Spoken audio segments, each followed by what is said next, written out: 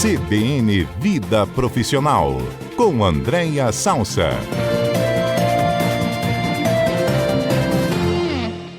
No quadro CBN Vida Profissional deste sábado, a gente vai falar de carreiras para 2025. Já estamos em 2025, né? Educação executiva, você sabe o que é isso? E para se tornar um CEO, o que eu preciso de trabalhar na minha carreira? É claro que essa dúvida vai ser respondida pela nossa comentarista, Andréia Salsa. Bom dia, Andréia. Bom dia, Fernanda. Bom dia aos nossos ouvintes, aos colegas do estúdio. Nosso primeiro comentário de 2025, então um ótimo 2025. A gente está dando ótimo 2025 a pelo menos uns 3 comentários, mas nunca é demais, né, Fernanda? E agora, efetivamente, com os pés em 2025. É isso aí. E já pensando em progredir na carreira, por que não ser um CEO? Pois é, isso quando a gente propôs essa pauta, eu achei tão interessante, porque muitas pessoas têm dúvida. De repente, não sei se você percebeu, Fernanda, se começou a falar muito dessa expressão, CEO, CEO, CEO. Falei, poxa, vamos trazer isso para o nosso quadro, porque pode ser que tenham pessoas que nem saibam exatamente o que significa essa coisa chamada CEO, porque o Brasil ele tem ainda, né, que eu vejo isso não vejo com tão bons olhos, mas a gente adora importar coisas que nem é da nossa língua, né? Então, CEO é mais uma expressão que não é da nossa língua, é do inglês, que significa Chief Executive Officer, que é, na realidade, o grande chefe de todos os executivos de uma organização. Né? A gente pode, assim, em formas mais simples, falar que é o diretor-geral de uma organização, e ele lidera ali, tem a maior autoridade na hierarquia, vamos dizer assim, da organização, comandando todos os demais executivos especializados em suas áreas, né? Executivos da área financeira, operacional, recursos humanos, tecnologia. Então, o CEO é esse grande executivo que lidera todos os demais e ele é responsável aí pelas estratégias e pela visão de uma empresa. Então, é um cargo de muita responsabilidade e algumas pessoas podem sonhar com isso, por que não, né? As empresas precisam, principalmente empresas de grande porte, dessa figura, desse profissional, que é um profissional que é raro, né? Assim, não é todo mundo, né, que tem essa capacidade, essa formação para assumir uma cadeira tão relevante. E eu imagino que os nossos ouvintes também tenham ouvido já derivações, né? Eu acho que vale a pena aqui no nosso quadro a gente sempre trazer um pouco de letramento organizacional para os nossos ouvintes. Então, por exemplo, se vocês devem já ter ouvido, né, o famoso CFO, né? Eu falei, mas o que é CFO? CFO é, de novo, uma importação do inglês, que é o Chief Financial Officer, que na realidade é o diretor financeiro, ou então o COO, que é o diretor de operações. Então, essas expressões, né, esse linguajar organizacional, ele vem muito do inglês. Mas o CEO, que é o tema aqui que a gente vai discutir hoje, é o grande líder de todos os executivos dentro de uma organização. Essa é a definição. E a gente tem, Fernanda, formas diferentes de uma pessoa se tornar CEO, que foi a pergunta que você me falou. E se alguém quiser, né, se tornar CEO, como que é isso? Primeiro que ele tem derivações, né, Fernanda? Às vezes a pessoa, ele se torna o proprietário de uma empresa, ele começa lá pequeno, a empresa vai crescendo, vai crescendo, vai crescendo, e ele vai se qualificando através de formações, aí a gente chama, né, isso de formação executiva, né, que é essa capacidade mesmo executiva de gestão de pessoas, e ele assume ali a posição de CEO. Ou ele pode ser um herdeiro, então ele é um filho, a gente já trouxe aqui no nosso quadro também o tema de sucessão familiar, então pode ser um herdeiro, um filho, uma filha, um sobrinho, um irmão, que se prepara e assume ali a posição de CEO, ou o que é mais comum, que são os contratados de mercado em grandes corporações, normalmente multinacionais, que são, sim, aí profissionais que ao longo da sua carreira vêm se preparando, começam normalmente, ali nos grandes programas de trainee, né, de organizações, onde existe esse programa em organizações mais maduras, e ele vai ali fazendo não só formação, né, executiva, mas tendo experiência em diferentes ramos dentro de uma empresa, até que ele ali é contratado e alavancado a figura de um CEO, né? Então, essas são as diferentes formas de você assumir uma posição de CEO, alguns caminhos, né? E geralmente esses que vêm de outras grandes corporações, eles vêm a peso de ouro, né, Andréia? Vem, até porque dentro do processo de seleção de um CEO, e a gente está falando de empresas mais maduras, normalmente, inclusive, quem escolhe, que passa pelo processo de escolha, são o conselho de administração, né? Que também, do ponto de vista assim, de empresas mais maduras, da governança, normalmente tem conselhos e isso passa pelo conselho. E, normalmente, quando é contratado, são profissionais que têm ali comprovadamente feito grandes transformações em organizações, até porque a responsabilidade é enorme, né? Ele tem que ter, além de ter uma ampla visão, uma experiência de gestão, e normalmente uma experiência também mais, ali não precisa ser especialista da área financeira, mas alguma noção naturalmente, né? Ou alguma noção não, uma boa noção de área financeira ele precisa ter, porque vai lidar ali com todos os investimentos da organização e conhecimento de mercado, né, ter ali essa experiência comprovada, e não tem jeito, Fernanda, tem que ter algum nível de confiança do dono da empresa, Isso. né, porque os acionistas precisam confiar nessa figura, né, que pode ser homem ou pode ser mulher. A gente até teve aqui um debate grande sobre mulher CEO, mas também mulheres assumindo essa posição. Hoje, na maioria, são homens, mas é quem vai tocar ali a empresa, né? Quem vai tocar o presente e o futuro daquela organização. Então, tem que ter ali algum nível de confiança, eu diria até muito nível de confiança dos proprietários da empresa, porque é um cargo que tem muita responsabilidade, como você muito bem falou. Em algumas empresas, eles vêm valendo ouro, porque são capazes de gerar ouro, vamos dizer assim. Então, né, eles vêm com uma remuneração bastante agressiva realmente no mercado. Isso. E eles chegam geralmente quando a empresa precisa de um processo amplo, né, de renovação, quando não tem sucessão, não é mesmo? Ou quando aquele que irá suceder não está pronto ainda. Exatamente. Eu tenho uma polêmica, sabe, Fernanda, que eu gosto, eu sei que não é todo mundo que concorda, mas eu, olhando para o mercado e me relacionando muito com CEOs, enfim, com empresas, para mim são coisas diferentes. Dono de empresa não necessariamente é CEO, tá? Primeiro que tem uma brincadeira, inclusive, que as pessoas... CEO de MEI não vale, né? Então você tem uma empresa com 2 funcionários e se intitula CEO. Vamos com calma, né?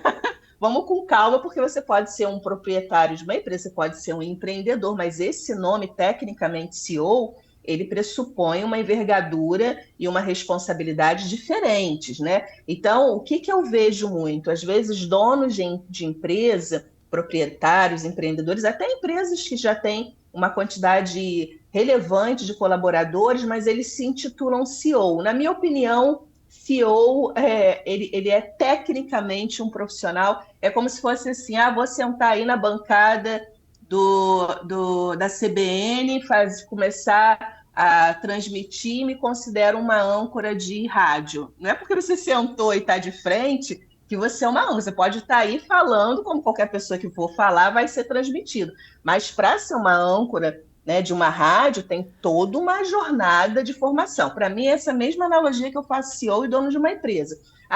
Um dono de empresa pode se tornar um CEO? Claro que sim, com qualificação. Agora, nem todo dono de empresa, na minha opinião, Andréia Salsa, é um CEO, ele pode ser um dono de empresa. E aí começam várias complicações, porque quantas empresas acabam tendo dificuldades exatamente porque vão crescendo, o dono esqueceu de se qualificar, às vezes até investe muito na qualificação da sua força de trabalho, mas esquece de se qualificar. Então, na minha opinião, tem diferenças entre ser dono da empresa e ser CEO, né? Mas normalmente quando vem essa figura e a empresa, o dono da empresa, o presidente da empresa, toma a decisão de contratar um CEO, normalmente é quando a empresa ganhou um porte diferente, quando ela quer investir em outros mercados. Então, vamos supor, a pessoa tem aqui uma empresa no Espírito Santo e tomou uma decisão de ampliar para todo o território nacional, a grande parte do território nacional. aí ele contrata um profissional de mercado, um CEO, um executivo preparado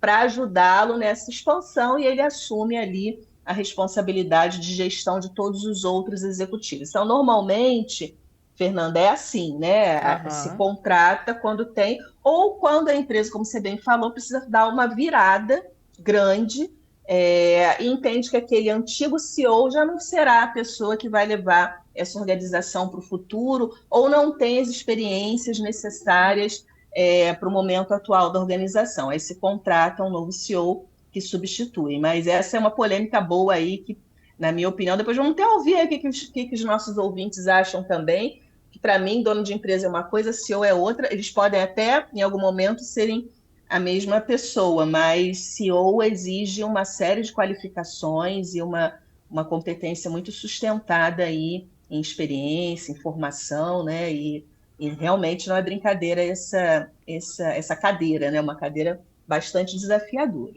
Isso. E a gente forma um CEO como? Existem hoje Ó, cursos, MBAs, formação superior? temos, a gente tem, normalmente, esses profissionais que ocupam essas cadeiras, eles fazem muitas formações internacionais, né, Fernanda, até para ter como base, né, as grandes referências do mundo, né, a gente, mas, André, me dá um exemplo aí de um CEO que é muito referendado nessas temáticas de educação corporativa, que é famoso, né, que é o Steve Jobs, por exemplo.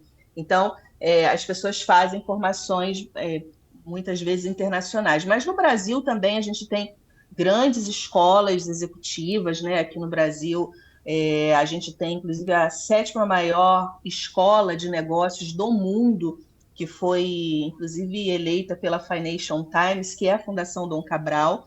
Ela é muito conhecida como uma escola de formação de primeiro nível, né, das organizações, não só CEOs, mas alta diretoria, mas também tem Fundação Getúlio Vargas, tem INSP, tem USP, tem algumas instituições bastante relevantes aqui no nosso país. Mas normalmente a formação, Fernanda, começa dentro de programas de trainee. Isso é muito comum. É uma verdade absoluta? Claro que não. Né? É só a Aham. gente olhar para as várias experiências que a gente tem aqui no nosso país, por exemplo. Mas normalmente tem essa caminhada mais tradicional, vamos dizer assim, vem lá dos programas de trainees e essa profissional vai se qualificando ao longo do caminho, fazendo formações nacionais, internacionais, circulando às vezes em diferentes segmentos ou não, ou se tornando especialistas em determinados segmentos, que isso também é um mercado, o mercado olha para isso, né? O quanto de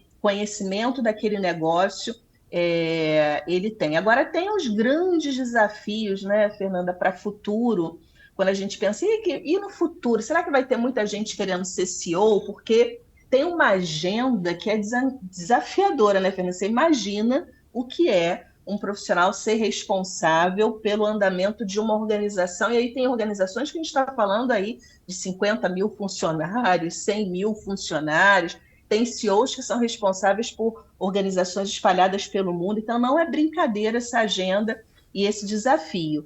E quando a gente pensa no futuro, e aí fazendo uma conexão com uma pesquisa do presente, que inclusive quem tem divulgado muito essa pesquisa é um colega meu, professor também da Fundação Getúlio Vargas, que é o Robson Santarém, que ele tem divulgado uma pesquisa com mais de 100 CEOs do Brasil, isso é uma pesquisa do Brasil, tá, Fernanda? Ah, Em que foi feita uma pergunta para eles assim, você se considera feliz? E olha esse índice como é alarmante, Fernanda, mais de 70% dos CEOs que foram entrevistados aqui no Brasil não se consideram felizes. poxa, por Então é quê? muito sério.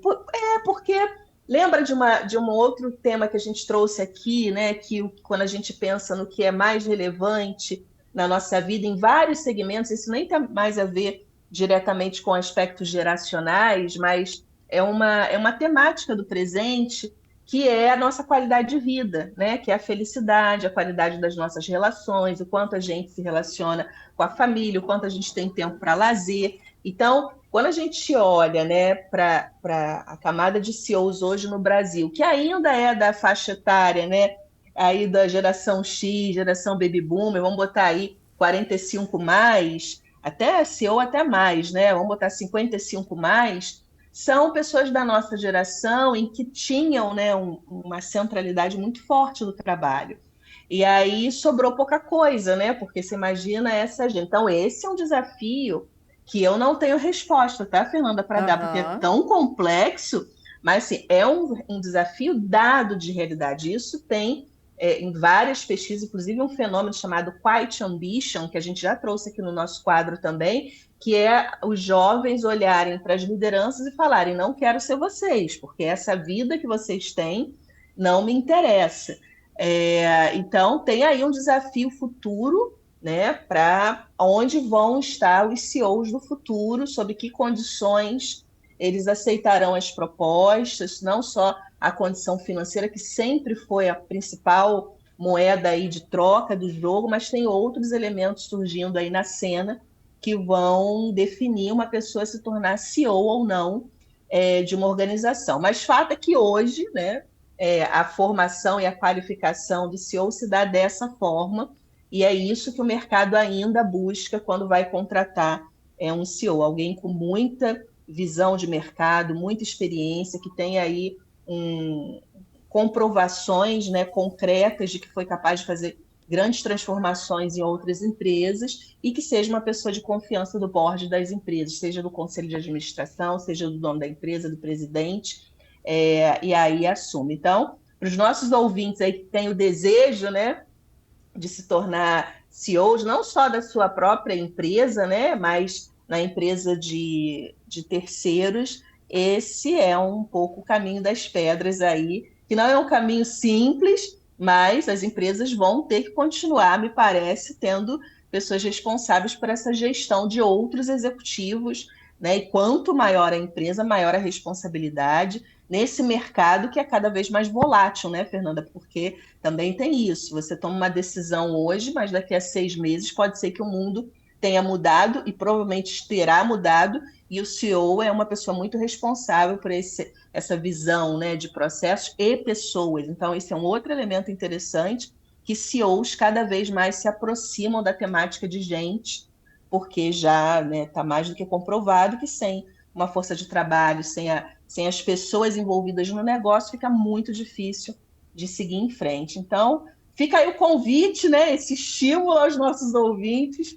que queiram se tornar CEOs aí, em empresas do Brasil e fora do Brasil, né?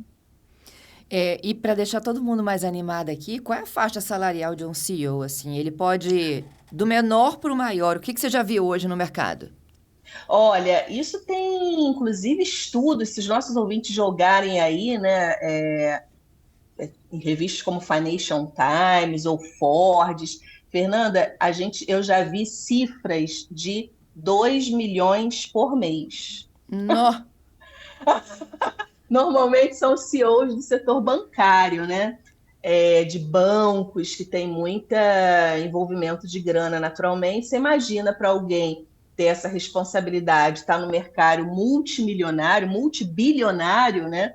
Me parece que uma cifra para nós só ganhando na Mega Sena da virada, né? Aham. Aliás, será que será? Eu não ganhei, eu não sei se alguém ganhou, algum ouvinte que nesse momento nem vai ficar chocado aí com 2 milhões por mês. Mas fora isso, para nós é muito impactante, mas para profissionais que são da área de banco, né, e lidam com cifras muito agressivas, essa é a última informação dos estudos, das pesquisas, é que pode chegar a 2 milhões de reais. Isso. E para se credenciar para CEO, a gente tem que estar no mercado, tipo, atrás de um headhunter?